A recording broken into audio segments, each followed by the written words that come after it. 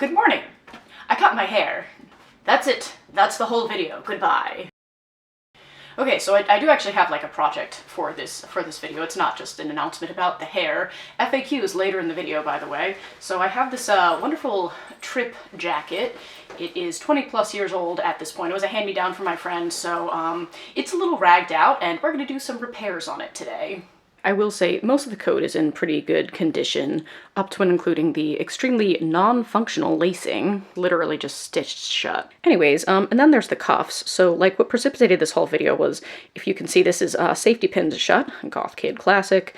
And basically, while I was digging out my car from the most recent snowstorm wearing this coat for some unknown reason, not the best choice, but anyways, I literally had to like break through the ice with my hands and then dig this out with mittens. And so yeah, I love snow, but I hate ice. I ripped this, and I didn't want to rip it any further because I mean you can see that this is already in terrible condition. And like the other one too, this is literally, this is the seam allowance for this, so this cuff is destroyed. So I just wanted to take like an excuse, that is my excuse, to go ahead and just finally fix these poor deers and get them in good working order. So I'm going to show you a couple different ways to do this. The first one is like going to be kind of an easier way. If you have a coat that is doing this in the sleeves and you want it to stop just shredding to nothing, I'll show you just like an easy way to fix that. And then I'm going to show you like the very extra way, which is the way that I will eventually be doing both of these sleeves. I'll just show you the quick way first, and then I will show you my way. The first step is that all of these little bits and pieces are going to have to be trimmed before we can do anything else to repair this. Okay, so we now have two trimmed cuffs and one little pile of trimmings, which is going to go over here into our thread jar, which is getting pretty full, honestly. I need to do something with that. And we are ready to get started on repairing these. So the easiest way to do this, I'm using a different color to make it more obvious, but if you're doing this, then you would want a color that matches your coat. So the easiest way to do this is just get a piece of bias binding that is the same size as the cuff, and literally just start putting it on over the frayed part. You'll want to match it up as closely as possible with like basically this seam right here. You can see that mine is not exactly, it's just like a little bit under the exact size of the cuff, but that's because like this is canvas, so it's pretty thick. If this was a thinner material, this would be the exact correct size. I can't put the pins sideways, that would actually bend them, so I'm just literally just going to be putting them straight down through. And after I get a couple, bless you Angus, he just sneezed, I don't know if you heard it. And after I get a couple pins in, I'm going to start tacking it instead of pinning it so that I don't have all of these terrible pins in there when I start trying to actually stitch it down.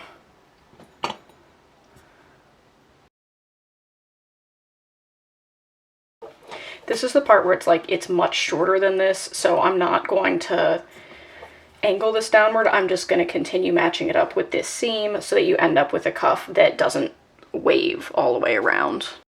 When you're doing this part, you just need to be really careful not to get your thread looped around the pins in the back, because that would be no good. This needle's not cooperating, the pins are not cooperating, heck yeah. This often happens in projects. So for demonstration purposes, I am again using a contrasting color. If you're doing this, you're going to want to match everything as closely as possible to the coat that you are repairing. You don't want to go right out to the absolute edge, because if you do that, then A, it's going to be a lot harder to stick on the edge, and then B, you might not be catching the underside of it, so you definitely want to go ahead and give yourself just a little bit of space. Pretending we're done with this stitching part, because obviously I'm not actually going to put blue bias tape onto my Tripp coat, when you go all the way around and you're ready to finish the edge here, you do need to make sure you overlap this. Like, this didn't need to look super good. You're obviously not going to leave that raw edge here. So when you take the other edge, you're going to need to fold it over like this. Yes, this will make it a little bit more bulky, but obviously it'll make it a lot more secure. And then, so let's pretend that this is over here already pinned and tacked, and you're going to want to put it over like this and give it, you know, like maybe a 1/4 of an inch overlap here. And then you will need to stitch a straight line of back stitches along here. So just put that in like an inconspicuous place, or if you're particularly sensitive to the sensation of seams, put this bulky seam somewhere where it's not going to bother you. Good morning. Welcome to day 2. So I meant to get a lot more of this done yesterday, and then I had a lot of chores to do, so here we are on day 2. Yesterday was kind of more for demonstration purposes, like here's how you can do this method, and today is going to be what I'm going to do to actually like long-term fix the cuffs on this jacket. So the way which I'm going to be fixing my cuffs, which to be fair is more complicated, involves kind of just like taking this area that's been worn down and building it back out.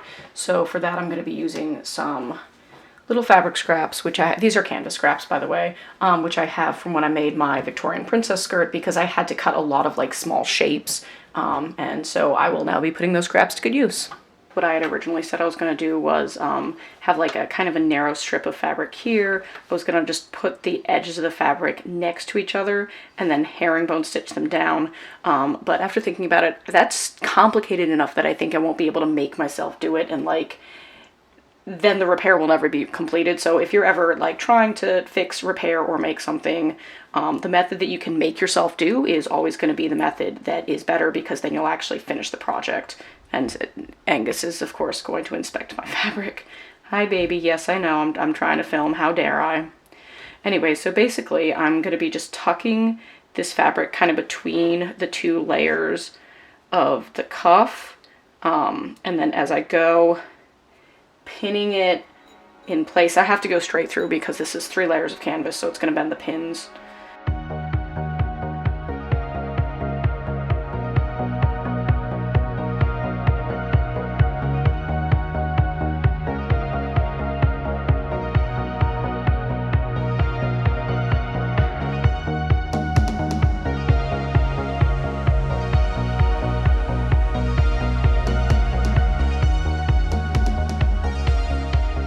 So here's where we are now. All of the areas that needed to be built out have been built out, which is lovely. I was planning on kind of just taking the fabric that I had to cover this and just do that, but I don't really like how much thinner this section is. So I think what I'm actually going to do is take bits and pieces of like the things that I trimmed off and then just sew this together so that it's a double layer. I think that's going to make it feel much better. So I'm going to go ahead and do that first and then cover it over.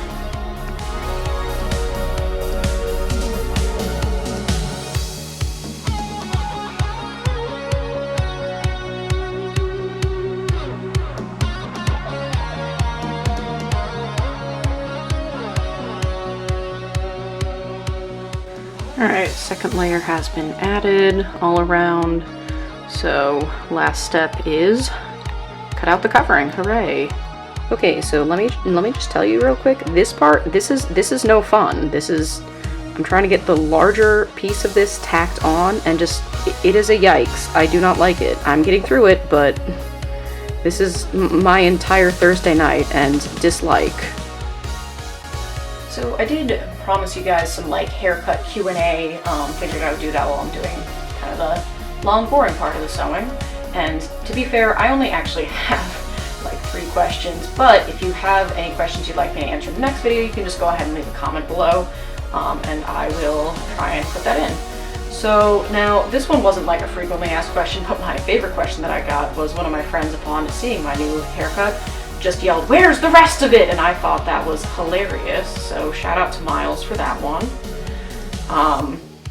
Like, this was a big change, right? Literally one of my colleagues, she and I were talking and she hadn't seen me yet because she's looking at her computer, she's looking at an email, and then mid-conversation she turned, she looked at me and she just like screamed, and I was like, "Hi, I got new hair."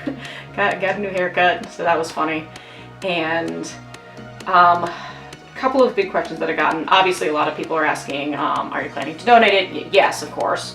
And then the other kind of big question that I got was why, since this is such like a big change, why, like people asked why I wanted to do it. Like, I don't really feel like I had a particular reason. Like it was just time, honestly. I have not had, the last time I got my hair cut this short was 2012. So then it was like kind of a more normal length by like 2014, 2015. I would say that it's been considered long since like 2016, and probably quite long since 2018. So I've had very long hair for a very long time, and I don't really have time to brush it like I used to. Like, this literally takes an hour. It would take an hour to brush or comb every single day. I have humans to take care of now. I have pets to take care of now. So it was, you know, kind of a practicality choice, but I'm sure I could have made time for hair care if I wanted to. Oh no, it's just time for a change. So those are kind of like the major questions I've gotten about it. A couple of people have asked, does your head feel lighter? Yes. I do not know how much my ponytail weighed after I cut it. I can check that. I'm sure I like wrote it down somewhere, but I don't remember off the top of my head. And then a couple of people have asked me if I got a perm. No, my hair just curls when it's this short. So that's kind of cool. Like, I was so used to it being so long that I'd almost forgotten about the natural curl of it. Like, it's wavy when it's long, but it's not curly. So the curliness has been kind of neat. I'm having fun with like new ways to style it, honestly. So yeah, it's been kind of cool. Anyway, so if you have comments, questions, etc. about the haircut, go ahead and put a comment down below, and I will happily answer it in my next video.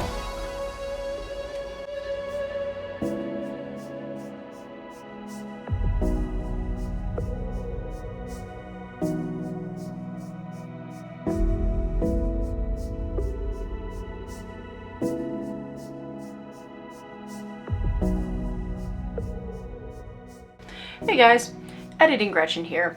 I was supposed to post this video in February. I got sick at the end of February, so I didn't start editing until the first week of March, and then I am what could be described as a slow editor, so I'm not posting until this week. My apologies. But on the upside, you are going to get 2 videos from me this month, so I already had my March video kind of planned out and in the works, which is awesome.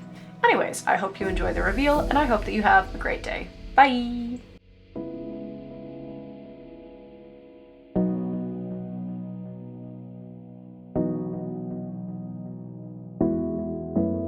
I'm gonna show you, first I'm gonna show you the cat, apparently. Hello. Angus, I know I'm trying to film, baby boy.